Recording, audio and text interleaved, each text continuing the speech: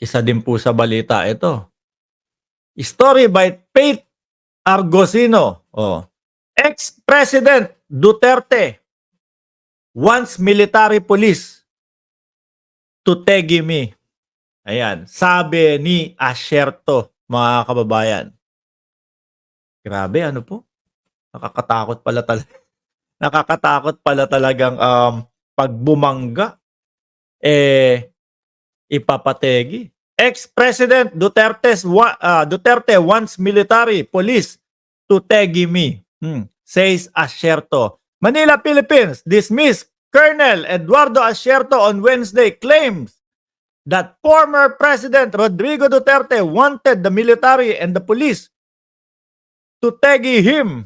Alam niyo na ibig sabihin ng tegi, ayaw nating sabihin yung mismong KILL. Dahil minsan merong mga word na ayaw ni YouTube po, mga kababayan. Due to his move to have former presidential economic advisor Michael Yang and Alan Lim investigated because of their alleged link in illegal na pinagbabawal na gamot, mga kababayan. Itungo ho natin sa video, mga bossing, dahil nandito po yung pagpapaliwanag mismo po niyan, mga kababayan. Then, Mr. Chair, that we cite Mr. Michael Yang in contempt for continuously being absent in spite of the subpoena, in spite of the invitation given him. Inaprubahan ng House Committee on Dangerous Drugs ang motion na nagdedeklarang cited in contempt ang negosyanteng si Michael Yang, dating Presidential Economic Advisor ni former President Rodrigo Duterte. Ito ay dahil sa paulit-ulit nitong hindi pagdalo sa pagdinig na ginagawa ng komite mula pa noong buwan ng Mayo, kaugnay ng 3 Talagang ayaw dumalo. Ano po, mga kababayan? Talagang gusto nilang patunayan. Ako! Walang kwenta ang Kongreso, walang kwenta ang Senado. Kaming magtotropa dito, from Kibuloy hanggang Michael Yang, hindi kami pupunta dyan. Oh. Ngayon po, sa Serban, sinabi na po ni Ace Barber na, ayun nga po, no? PNP, NBI, samahan nyo ang aming Sergeant at Arms na dakpin, kunin si Michael Yang at ihatid dito sa Kongreso para ipaliwanag ang kanyang sarili. Ano po? Mr. Mark, watching from my bed in Bicol, thank you for your shout out on Saturday. Appreciate it. Sabi ni Annalisa Rosero. Wen JP, maraming salamat po sa inyong super sticker. Weng JP, shout out po sa inyo. 6 billion pesos na halaga ng shabu na nasabat sa isang warehouse sa Mabalacat City, Pampanga noong September 2023. Iniuugnay si Yang sa isang incorporator ng Empire 999 Realty Corporation ang may-ari ng warehouse kung saan nasabat ang illegal na droga. Partikular na sa isang nagngangalang Lincoln Ong na dati umanong interpreter ni Yang. Humarap naman sa pagdinig ang dating police official na si Eduardo Asierto, dating bakit po ba si dating opisyal o Colonel Eduardo Asierto gustong ipategi po, mga kababayan? Pakinggan nyo po ito. Drug operative si Asierto na nagsiwalat ng pagkakasangkot niyang sa iligal na droga. Subalit ang intel report niyang ito, hindi umano kinikilala ni dating Pangulong Duterte. Natalisod ko. Syempre, baka friends, si dating Pangulong Duterte nga ang nagtalaga dyan bilang economic advisor Michael Yang. Natalisod ni Asierto sila Michael Yang. Subalit ang intel report niyang ito, hindi umano kinikilala ni dating Pangulong Duterte. Natalisod ko at pinaimbestigahan ko sila Michael Yang at Alan Lim na malapit nilang kaibigan ni Senator Bongo. Ako po at ang mga kasamahan kong si pulis ang nakadiskubre ng mga illegal na aktibidad at gumawa ng report tungkol kay Michael Yang at Alan Lim, mga personalidad sa illegal na droga na laging nakikitang nakasama ni Pangulong Duterte at Senator Go. Ito po, mga kababayan, malayong malayo po ito, Malayong-malayo po ito doon sa imbento nilang PIDEA Leaks po. Na laban o kontra sa ating Pangulo. Ngayon, mga kababayan, eto, kumpleto ang investigasyon po nito, mga kababayan. No? Kaya nakikita natin, siguro, friends ko yan ah.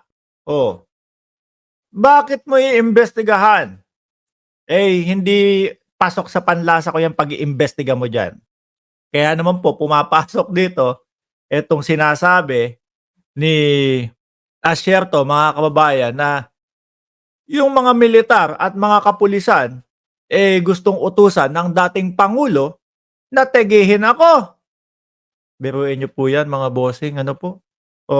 Itutuloy ko ulit ha, mga kababayan, yung video. Mga inihayag ni Asierto sa pagdinig, may iba pang personalidad na nais imbitahan sa committee hearing gaya ng isang dating senador at mga dating hepe ng Philippine National Police at Philippine Drug Enforcement Agency.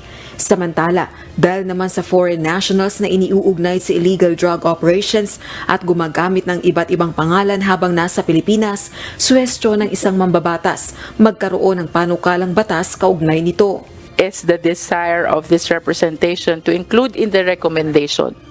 We come up with a law which will restrict foreign nationals from using different names. Dagdag Biruin nyo, mga kababayan, isa din po yan sa ginagawa nilang para lumusot po iba't ibang pangalan, ako si ganito dito sa lugar na to, ako si ganito, para lumusot po, mga bossing. Pero nako, pag ewan lang natin kung nasa loob pa ng bansa si Michael Yang, mga kababayan. Pag nasa labas yan, mahihirapan po. Siyempre, kumbaga, hindi nasakop ng jurisdiction natin yun. Unless, kung aabot po sa Interpol, mga bossing. Kagaya nung pangyayari kay Tebes po, mga kababayan. Meron lang akong gustong i-shoutout dito, mga bossing, ha? Sana yun? Nawala. Eto po. Kala nyo, hindi ko po kayo nakikilala. Si Tita Tess, Teresita Kuyong, musta ka na, Ninong? Ito po, tiyahin po ng dati kong asawa. Ano po, si Tita Tess. Kamusta po kayo dyan? Mabuti naman po ako. Tuloy! pa nito dahil sa iba't ibang pangalan, nahihirapan ng mga otoridad na tukuyin ang identity at hanapin ang mga personalidad na isinasangkot sa illegal drug operation at iba pang krimen. Rosa Licoz, UNTV News and Rescue. Diyos Grabe mga kababayan, lahat po, parang itong magkakasama po na itong mga to, senador, mga gabinete ni dating Pangulong Duterte, best friend na si Kibuloy, lahat yata, mga kababayan, ang punta, pagtataguho. Di kaya mag-isa na lang kayo ng lugar para sama-sama kayo. No? Kasama yung may mga patong sa ulo na sila Kibuloy po, mga bossing. Grabe. Sabi ko, dati hangang-hanga tayo dito sa mga tao na to. Dati hangang-hanga tayo kung paano sila nagpapatakbo ng Pilipinas. Tapos ngayon malaman-laman natin yung mga kabulastugan, di umano, na nasa likod po, na itinatago nitong mga personalidad na ito, mga kababayan. Asierto is sincere and honest in performing his duty for the Filipino masses, sabi ni Arsenio Dalisay. Sino ba yun? Si Morales. Yung kay Morales na hearing, panongga-nongga lang yun Puro laway lang. Tignan nyo meron vlog si Morales. Meron na yata siyang YouTube. Paulit-ulit. Siya na lang yata ang hindi nakaka-move on doon sa kanyang PIDEA Leaks. Ang topic niya puro PIDEA Leaks po. Ang taong bayan kinalimutan na yung PIDEA Leaks na to. Ito na ang dapat nating subaybayan po. Ang katanungan natin, mga bossing. Ang katanungan natin, ito ba? Kaya, dahil narinig niya na kumbaga, cite in contempt siya at pinapaaresto siya para dalhin po sa Kongreso, ang katanungan po, lumutang na kaya at humarap sa Kongreso at patunayan na ang kanyang sarili ay walang kinalaman or nagtago na po talaga simulat sa pool pa lang mga bossing? Ano? Yan ang katanungan po natin. Sino kaya ang nag-a-advise dito sa mga ito? Magkaka-friends, magkaka-friendster, magkakaibigan. Iisa po ang solusyon sa kanilang problema, magtago. Bakit kaya? Ano? Hindi masagot talaga yung kanilang yung mga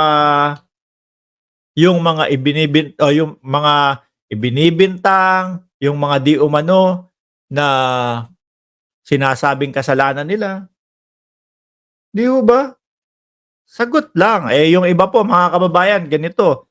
Kapag kaho sila, mga bossing, alam nila na nasa tama sila, ang gagawin niya ng mga yan, o tara, halika na. Papasyalan na agad natin yan. Gusto mo, ngayong gabi pa lang punta na. Ipapaliwanag ko na agad, sila wala.